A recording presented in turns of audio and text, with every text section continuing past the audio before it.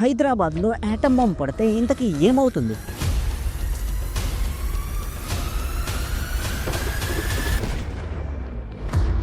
ఈ రోజుల్లో కంట్రీస్ మధ్య యుద్ధం మొదలవగానే న్యూక్లియర్ బాంబ్స్ మాటలు బయటకు వస్తున్నాయి. యుఎస్ ప్రెసిడెంట్ డొనాల్డ్ ట్రంప్ నుండి number 1 Pakistan army chief Asim Munir వరకు న్యూక్స్ వేస్తామని వార్నింగ్స్ ఇస్తున్నారు. అయితే ఒక హైపోథెటికల్ సిచ్యువేషన్గా ఒక్క న్యూక్ హైదరాబాద్లో పడితే ఏమవుద్దో చూద్దాం. సపోజ్ ఒక్క megaton nuclear bomb Charminar, Hussain Sagar, secretariat ఏరియాలో పడితే వితిన్ 5 కిలోమీటర్ ఏరియాకు గ్రౌండ్ జీరో అని అంటాం. గ్రౌండ్ జీరోలో టెంపరేచర్ 10 మిలియన్ డిగ్రీ సెల్సియస్కు రీచ్ అయ్యి అక్కడ ఉన్న human life, animal life, buildings, environment, infrastructure literally మిల్లీ సెకండ్లో ఆవిరైపోద్ది.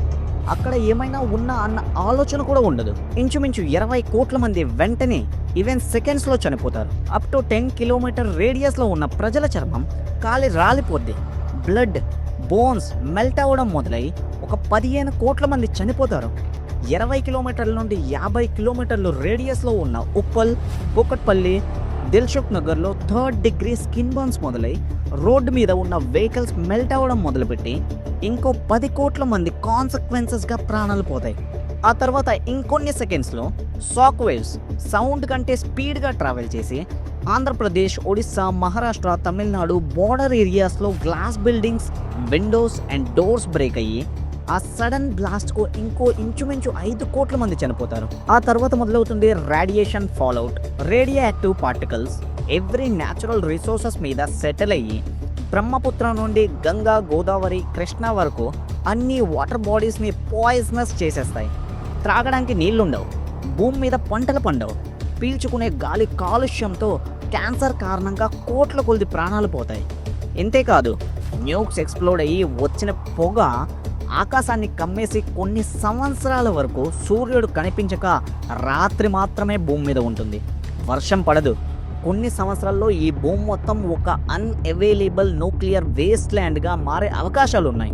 మధ్యప్రదేశ్, ఛత్తీస్గఢ్, జార్ఖండ్, వెస్ట్ బెంగాల్, కేరళ, తమిళనాడులో కొన్ని దశాబ్దాల వరకు న్యూ బోర్న్స్లో జెనెటికల్ డిసార్డర్స్ కనిపిస్తాయి.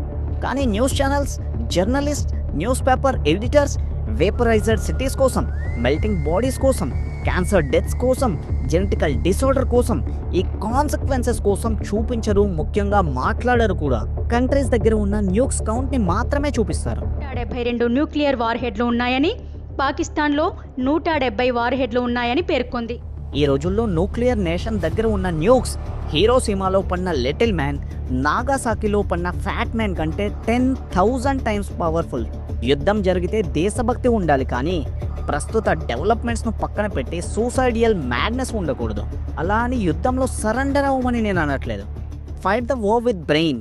మొన్న జరిగిన ఇండియా పాకిస్తాన్ యుద్ధంలో ఇండియా చేసింది కూడా అదే. వాటర్ వేని ఆపేసి. Not fight any war with ego, not fight any war with brutal hatred. At the end of the day choose humanity over hatred. వీడియోలో ఇన్ఫర్మేషన్ నచ్చినట్లయితే సబ్స్క్రైబ్ చేసి మమ్మల్ని హెల్ప్ చేయండి. అంతవరకు జై హింద్, వందే మాతరం.